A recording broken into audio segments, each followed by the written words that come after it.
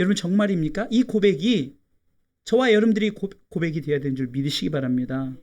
아멘. 보세요. 다윗이 위대한 이유는 다른 게 아니에요. 생각을 해보세요.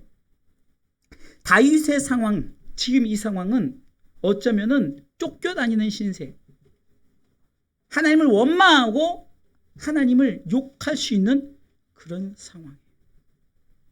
나를 어렸을 때부터 왜 택하시고 나를 왕 삼으신다고 기름 부어놓고 왜 내가 이렇게 인생 자체가 쫓겨다니는 도망자 신세를 살아가고 있는 그때, 그런 상황 속에서 이 위대한 고백이 이 다윗에게는 하나님을 감동시켰습니다.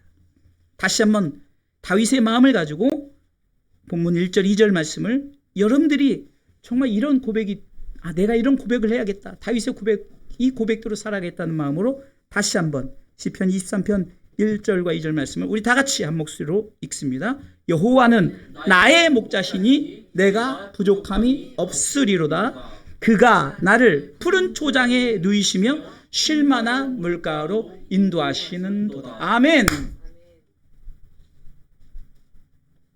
목자에게 양은 얼마나 중요하냐면 생명을 걸고 양을 지키는 목자의 사명이 있습니다. 여호와 라, 목자 되신 하나님은 내가 너의 목자다, 너희는 나의 양이다, 이렇게 말하면서 무책임하게 나는 목자니까 내 양을 내 마음대로 할 수 있어, 그런 개념이 아니라 생명을 가지고,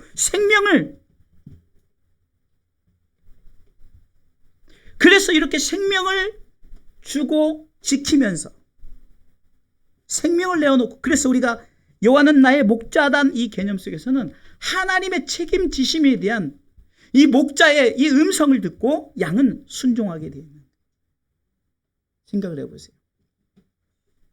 책임지겠다는 하나님의 음성이 있기에 그 음성을 따르지 않겠어요? 야, 여기로 가. 여기가 낭떠러지인지 어떤 길인지 모르잖아요. 비탈길인지. 그러나 목자를 믿고 양은 쫓아가게 돼 있어요. 그래서 우리가 이런 위대한 고백이 저와 여러분들에게, 이 시간에 비대면 예배자들에게도 정말로 이런 고백이 있어야 되는 줄 믿습니다. 전에도 말씀드렸지만 목자가 우리를 통해서 주고자 하는 것은 두 가지죠. 2절 말씀입니다. 푸른 초장, 쉴 만한 물가입니다. 여러분, 이 본문의 1절과 2절 속에서도 삼위 하나님이 나타나고 있는데요. 여호와는 목자라고 말씀하시면서 쉴 만한 물가란 얘기를 합니다. 이 물가는 우리가 흔히 생명수라고 말하는데 뭐라고 말합니까? 성령의 생명수라고 그러잖아요. 물론 예수님을 표현하기도 해요. 하나님을 표현하기도 합니다. 그러나 우리가 좀 나누어 본다면 푸른 초장은 뭡니까? 우리가 먹는 이 진리의 말씀 아닙니까? 그러니까 이 삼위 하나님이 나에게 목자 되시고, 그리고 나에게 푸른 초장과 쉴 만한 물가로 삼위 하나님께서 나에게 항상 임마누엘로 함께 하시니, 우리가 늘 고백하는 것처럼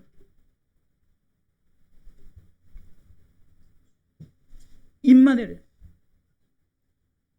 하나님 우리 가운데 늘 하셨고 하시고 하실 것입니다. 어떻게? 함께. 임마누엘, 책임지심에. 그런데 이 여호와 라 뜻에서는 목자로서의 그는 풀을 뜯기고 먹이고 뭐 여러 가지 뜻이 있지만, 한마디로 이걸 표현할 때, 이 목자를 표현할 때 방목하다, 여러분 방목이라는 뜻, 그냥 푸른 초장이 있으면 어쩌면 그냥 편안하게 해서 그냥 마음대로 방목하다. 이 방목하다는 부분을 제가 한번 좀 생각을 해봤어요. 왜 이 방목하다는 의미가 우리 가운데 어떤 의미로, 이게 여호와가 나의 목자 되신데 나를 방목해요. 여러분들, 우리가 신앙생활할 때 어쩌면 방목 아닙니까? 우리가 어쩌면 이 세상이 우리 가운데 어쩌면 우리가 살아가야 될 이런 방목의 자리예요. 인간의 자유의지를 두고 인간은 이 세상에서 하나님의 방목하심에 따라 살아가고 있다는 사실이에요. 저는 이것을 알았어요. 보세요. 하나님께서 우리를 로봇처럼 너는 언제 태어나서 언제 죽어, 너는 어떻게 움직이고 어떻게 움직여야 돼, 다 컴퓨터로 조절해서 이렇게 살아가는 게 아니라 각자 방목의 생활을 하고 있어요. 때로는 우리가 뭐라고 하면 하나님 원망하죠. 내가 이렇게 믿음 생활하는데 왜 나를 어렵게 합니까? 그러면 행복할 때는요. 오늘도 우리 사모님 아는 분이 돌아가셨다던데 66세래요.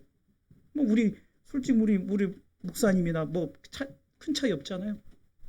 언제 우리가 어떻게, 근데 이건 나이와 상관없다니까요. 이 방목의 세상을 우리는 살아가면서 우리는 내일 일을 모르고 장래일을 모르는 거예요. 이 방목은 내가 그분이 나의 목자 되심을 믿고 그냥 이 세상을 내게 맡겨진 분복대로 힘있게 살아가는 자세가 중요합니다. 이 방목함 가운데서도 목자는 항상 양을 주시하고 있다는 사실을 기억하시기 바랍니다. 양이 이 방목하는 것, 우리가 보세요. 세상에서 우리 마음대로 살아가는 것 같지만 하나님의 자녀들은 때로는 우리가 오늘 말씀에도 보니까 주의 지팡이와 막대기, 여러분들 오늘 4절 말씀에 보니까 내가 사망의 음침한 골짜기로 다닐지라도 해를 두려워하지 아니할 것은 주께서 나와 함께 하십니다. 그 다음에 읽으세요. 시작. 주의 지팡이와 막대기가 나를 안위가 우리를 편안하게 앉는 그런 모습으로 보시지만 때로는요, 야 급하면 매를 때려서 안 돼 하면서 거기로 하면서 깜짝 놀라게 하고 우리로 하여금 그렇게 때로는 그런 안위도 필요한 거죠. 신앙생활하면서 하나님의 내버려 두심이 얼마나 무서운지 아십니까? 야, 너 네 맘대로 살아. 로마서 1장에 나오죠? 네 맘대로 살라 했더니 와, 인간이 자기 맘대로 살으니까 어떤 일이 막 불이, 축이, 추악, 뭐 시기 뭐 이런 것들 가득한 세상. 로마서 1장 20절 보면 쭉 나오잖아요. 그러니까 그런 사람들 뭡니까? 사형이야 이렇게 말을 하잖아요. 여러분들 방목을 한다고 해서 하나님께서 우리를 그냥 내버려 두는 것이 아니라 하나님의 자녀들은, 그래서 시편 기자는 눈동자같이 지킨다. 한번 읽어볼까요? 찾았으니까 한번 읽어보겠습니다. 이런 게 생기는 거예요. 왜? 방목, 내 마음대로 방목을 하는데 하나님이 내버려 둔 자들은 그 점에 있습니다. 또한 저희가 마음에 하나님 두기를 싫어하매 하나님께서 저희를 그 상실한 마음대로 내어버려 두사 합당치 못한 일을 하게 하셨으니, 내버려 두니까 어떤 일이 벌어집니까? 읽어보겠습니다. 그 다음 곧 모든 불의, 취악, 탐욕, 악의가 시기, 살인, 분쟁, 사기, 악독이 가득한 자요, 수군수군하는 자요, 비방하는 자요, 하나님의 미워하시는 자요, 능욕하는 자요, 교만한 자요, 자랑하는 자요, 악을 도모하는 자요, 부모를 거역하는 자요, 우매한 자요, 배약하는 자요, 무장한 자요, 무자비한 자라. 이런 자들은 저희가 이 같은 일을 행하는 자는 뭐예요? 사형에 해당한다고 하나님이 정하심을 알고도 야 그냥 우리 마음대로 이렇게 살자. 이것은 방목인데 내버려 두는 방목, 이것은 지옥 가는 거예요. 내버려 두고 네 맘대로 살아라. 제가 자주 표현하죠. 하나님의 무관심. 관심 있을 때는 귀찮고 왜 나한테 이렇게 귀찮게 한다 그러지만 관심 없어 보세요. 무섭습니다. 세상에서 하나님이 목자로서 우리를 방목하시는데 그분은 때로는 혼내기도 한다니까. 주의 지팡이와 막대기로 혼내주기도 해요. 그래서 때로는 성경에서 인생 채찍을 가지고 사람 막대기를 가지고 우리를 때로는 그렇게 혼을 내면서 목양을 하는 거예요.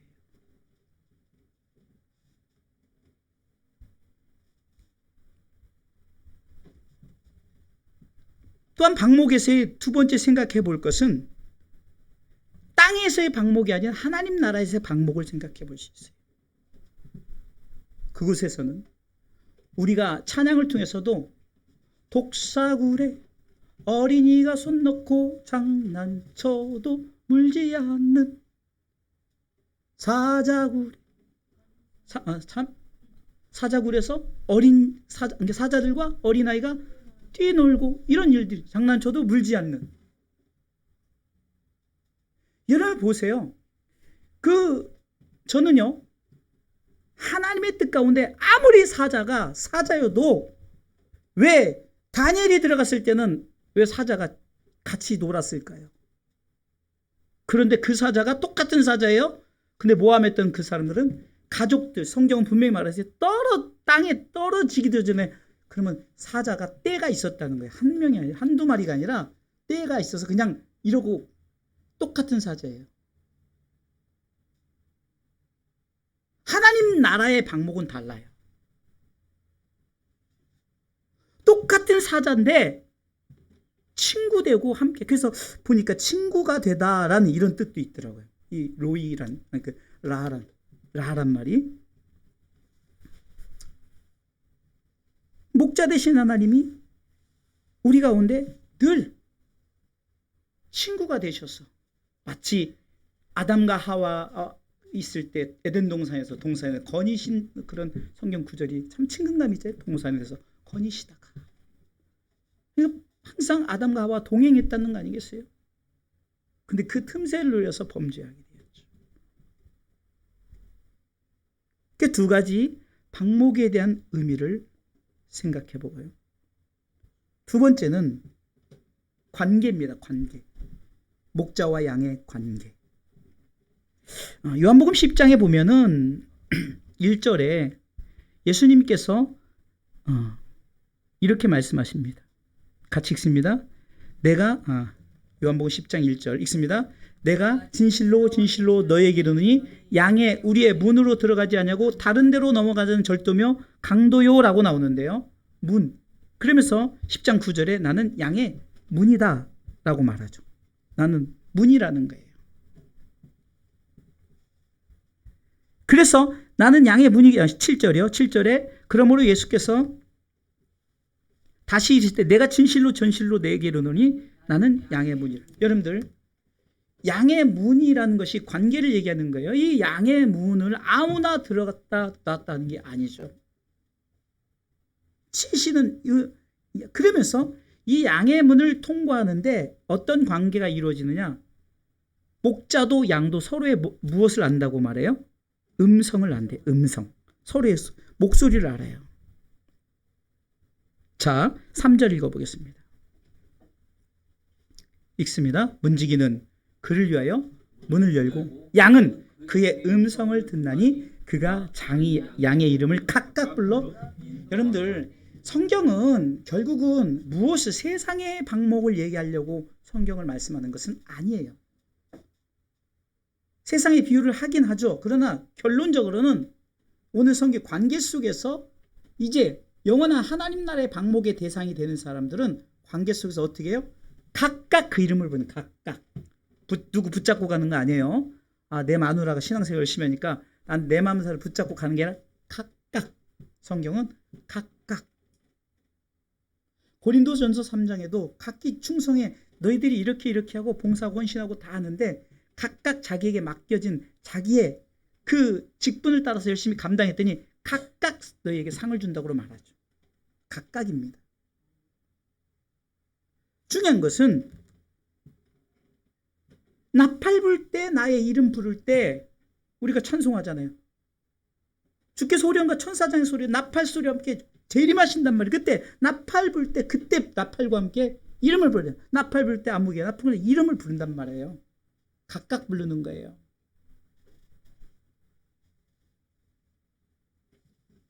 예를 들어서 하나님이 그냥 딱 부르니까 나를 부르는구나 하고 그 음성에 대해서, 그러면 불렀나 안 불렀는지 확인이 뭡니까? 주님과 함께 공중제일하면서 쭉 올라가는 거겠죠.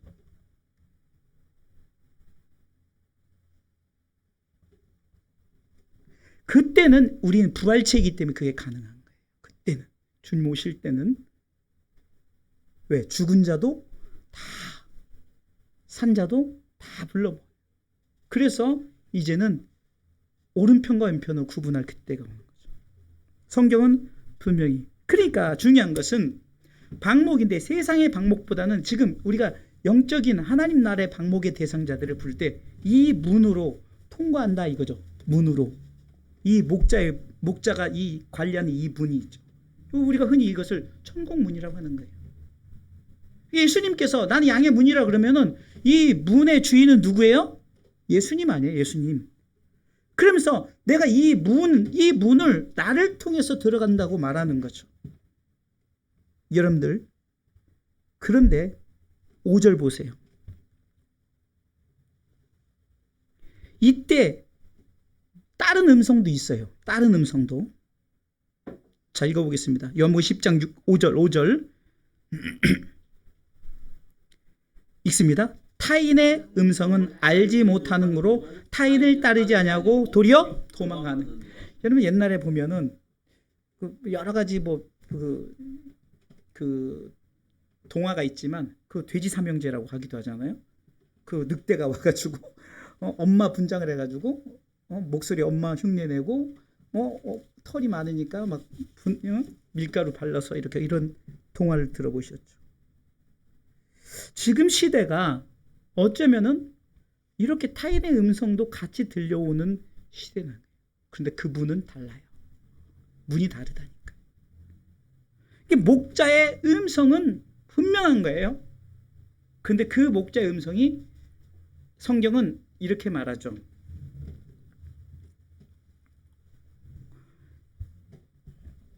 도적질 하려고 오는 이 목자들이 있다는 거예요. 싹큰 목자죠. 11절에 읽어보겠습니다.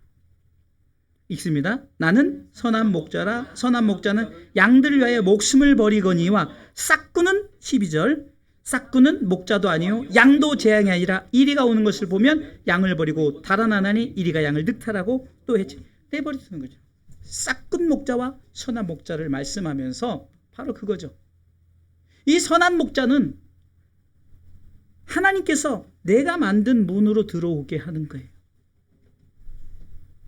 그리고 그분의 음성이 분명히 있어요. 나팔 불 때 나의 이름 부른단 말이에요.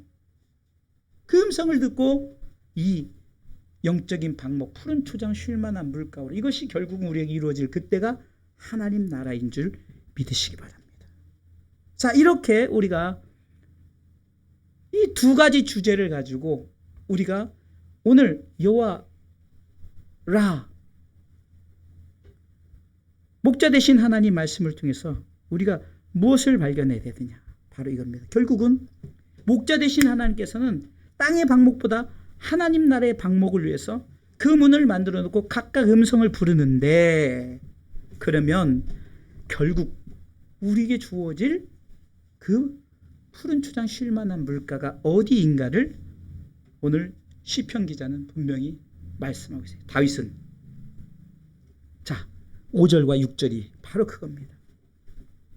어쩌면은 4절 말씀을 통해서는 내 삶 속에 세상적인 방목을 통해서 하나님이 눈동자같이 지켜서 목자돼서 우리를 보호하고 지키시고 마지막 때 그 문을 통과하는 제 이름을 각각 부르는데 그 천국문을 통과하는 자들에게 주어진 축복이 바로 5절 6절에 있습니다. 주께서 내 원수의 목전에서 내게 뭐요? 상을 베푸시는 거예요. 기름으로 내 머리에 바르셨으니 내 잔이 넘치나다.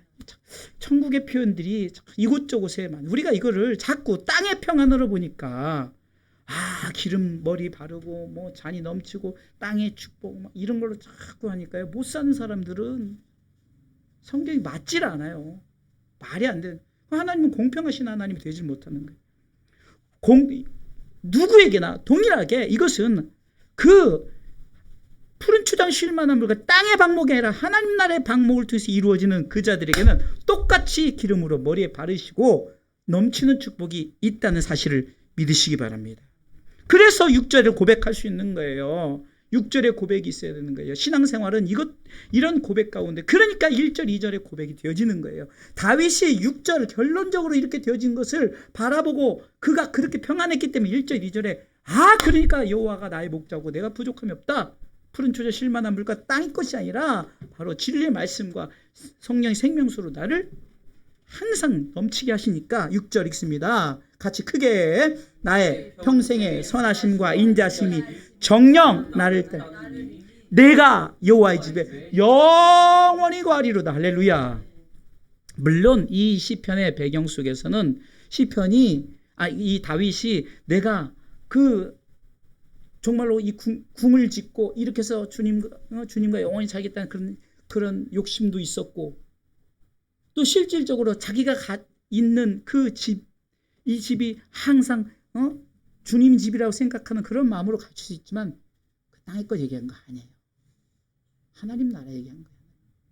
다윗을 통해서도 하나님 나라 보여주는 거 아니겠어요?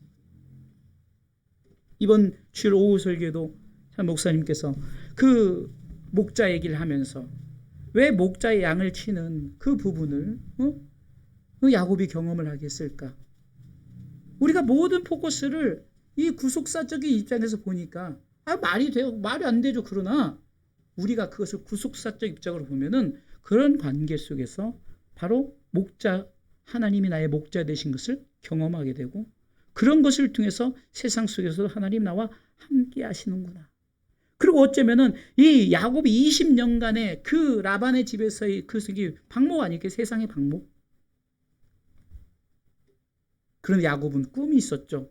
이미 천사가 오르락내리락 하는 그런 꿈을 봤어요. 하나님 나라에 사닥다리가 놔서 내가 올라갈 것도 다 꿈을 봤어요. 그래서 이 고백이 있어야 되는 거예요. 나의 평생의 선하심과 인자심이 정녕 나를 따르리니 내 삶 속에 항상 그렇게 그분의 선하심과 인자심이 나를 따르니까 결국은 내가 어디에 들어가느냐? 하나님 나라에 들어가서 그분과 함께 영원히 살겠다라는 고백이 있는 줄 믿으시기 바랍니다. 그게 아멘. 그러니까 요한계시록 21장 말씀이 또 말이 되는 거예요. 제가 자주 요즘에 여러분들에게 요한계시록을 말씀할 때마다 이 말씀을 자주 하는데요. 3절 읽고 있습니다. 3절. 요한계시록 21장 3절. 읽습니다. 내가 들으니 보좌에서 큰 음성이 나서 가로되 보라, 하나님의 장막이 사람들과 함께 있음에 하나님이 저희와 함께 거하시리니 저희는 하나님의 백성이 되고 하나님은 친히 저희와 함께 계셔서. 여러분 여기까지 말고도 7절 읽어보겠습니다. 쭉 넘어가서 7절 읽습니다. 이기는 자는 이것들을 유업으로 얻으리라. 나는 저의 하나님이 되고 그는 내 아들이 되리라고 하나님 말씀하시는 거예요. 그러니 이 다윗이 나의 선하심과 인자심이 정녕 나를 따라다녀서 내가 여호와의 집에 영원히 거하리로다 하는 이 고백이 있기에 1절 2절 다시 고백하는 거예요. 자, 서론이 중요한 거예요. 그래서 시편 23편 1절 2절의 고백이 중요하다는 거예요. 결론적으로 내가 그렇게 여호와의 집에 영원히 거하니까 읽어보세요. 이것을 육적인 땅의 것으로 보지 말고 그 하나님 나라의 방목을 보면서 한번 말씀을 읽어보세요. 시작. 여호와는 나의 목자시니 내가 부족함이 없어요. 당연히 부족함이 없죠. 하나님 나라의 방목에서 뭐가 부족함이 있겠냐고요. 땅의 방목을 생각하면 부족하지만 하나님 나라의 방목은요 넘치는 거예요. 내 잔이 넘치나이다. 그러기 2절 읽습니다. 그가 나를 푸른 초장에 누이시며, 읽자니까요. 시작. 그가 나를 푸른 초장에 누이시며 쉴만한 물가로 인도하시는 도. 이 고백이 매칭이 되지 않습니까? 말씀의 코드가 딱 맞아 들어가지 않습니까?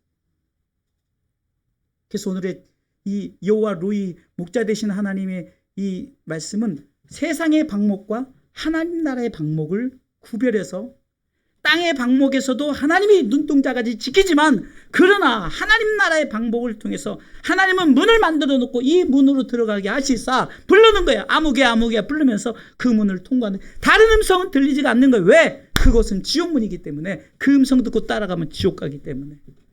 관계가 중요한 거예요. 하나님 아버지, 당신이 나의 목자시니 내가 부족함이 없습니다. 그 이유는 그가 나를 항상 푸른 초 쉴만한 물가에 그 목자로 그 하나님 나라의 방목으로 나를 이끌기 위해서 나를 불러내시긴 아무개 불러내시기 때문에. 그러게 나의 평생에 선하심과 인자심이 정녕 평생에 나를 따라다닌다는 것. 내 잔이 넘칠 뿐만이 아니라 내가 여호와의 집에 영원히 거하리로다. 할렐루야. 이 시편 기자는 1편을 통해서도 똑같이 복 있는 사람에 대해서도 말씀하면서 마지막 6절에 얘기하고 있죠. 시편 1편 6절에. 읽습니다. 대저 의인의 길은 여호와께서 인정하시나 악인의 길은. 여러분들 분명히 저는 옛날에 우리 사모님이 가끔 그 얘기하지만 제가 콜라 먹는데 뒤에서 어떤 할아버지가 뒤통수를 빡 때리면서 처음 보는데 이게 쳐다봤더니 하나님의 성전에 그 나쁜 걸 부어놓는다고. 근데 그분 오신 예수천당 불신주. 미친 할아버지야 뭐 이렇게 생각을 했죠. 그때 제가 그때는 이제 집사로서 찬양 단장하고 이렇게 다닐 때 예수천당 불신족이 굉장히 거슬렸어요. 그때 왜 저런 사람이고. 근데 제가 지금 이 강단에서 맨날 예수천당 불신족 하고 있는 거 아니겠어요? 이 강단에서는요, 진짜 예수천국 불신지옥. 우리가 이것을 외쳐야 됩니다. 제가 다음 주에 이제 사순절 이제 마지막 주간 고난 주간을 맞이하면서 이제 마지막 주간을 이제 사순절 3번 하나님의 나라에 대해서 얘기할 거예요. 하나님의 나라. 정말 하나님의 나라에서는 할 말이 많은 게 성경 전체가 하나님의 나라를 얘기하고 있어요. 제가요, 참 지금 하라면 못할 것 같아요. 옛날 칠판으로 이렇게 할 때, 야, 그 창세기 그 긴장을 어떻게 40분 만에 다 할 수 있을까? 3, 40분 만에.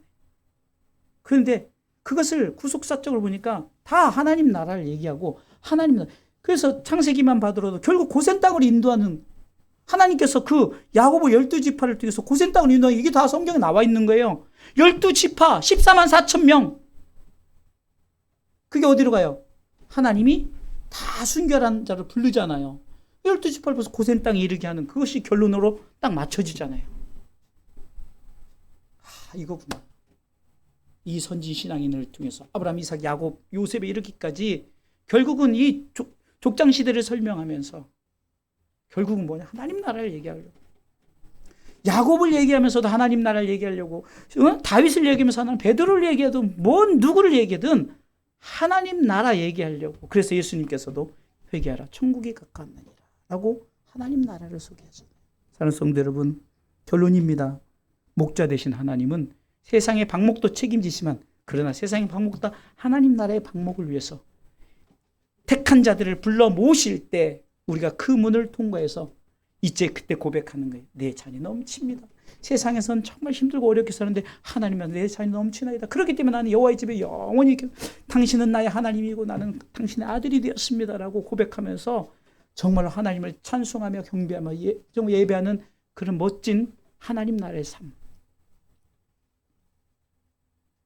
땅의 것은 우리가 언제 없어질지 몰라요.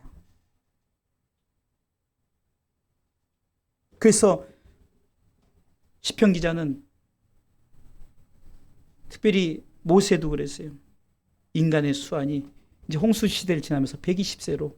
이게 120 이상 사는 사람들은 대단한 거예요. 그런데 모세 이후로 많이 살아요. 120세. 많이 살아요. 그런데 베드로는 하루가 1000년 같다. 1000년이 하루 같다. 그래서 영원히 존재하는 거예요. 하나님 입장에서는 1000년이 하루가 1000년. 우리가 인간 세계에서 내가 100살 살았네, 200살 살았네, 300살 살았네 하지만 또 무드슬라 증후군이라는 거 있대요. 이렇게 그 설교를 듣고 이렇게 성서학당이나 뭐 이런 거 뭐 이렇게 보다 보면 별 얘기 다 있더라고요. 올프원이나 이런 거 들어보면 참 재밌어요. 참 은혜도 되고 무드슬라 증후군이라는 것도 있고 그 부분도 한번 설교를 해보고 왜 나만 아는 것보다 다 같이 아는 게 좋은 게 무드셀라 증후군이라는 게 이 세상적인 단어예요. 근데 그분들이 세상 사람들이 무드셀라를 알아요. 이게 969세를 살면서 그냥 너무 안일하게 편안하게 그냥 그렇게 사는 게 좋지 않다. 이것을 무드셀라 증후군이라 그러더라고요. 여러분들 결국 하나님 나라를 얘기하려고 여호와라로서 하나님은 내가 너의 목자다. 네가 나중에 이렇게 고백할 거다. 당신은 나의 목자셨어요. 난 당신 때문에 부족함이 없어요. 당신 때문에 푸른 추에 쉴 만한 곳까지 인도하십니다라고 고백할 수 있는 이 멋진 고백을 드리는 목자 되신 하나님 앞에 양이 되시기를 주님의 이름으로 축원합니다.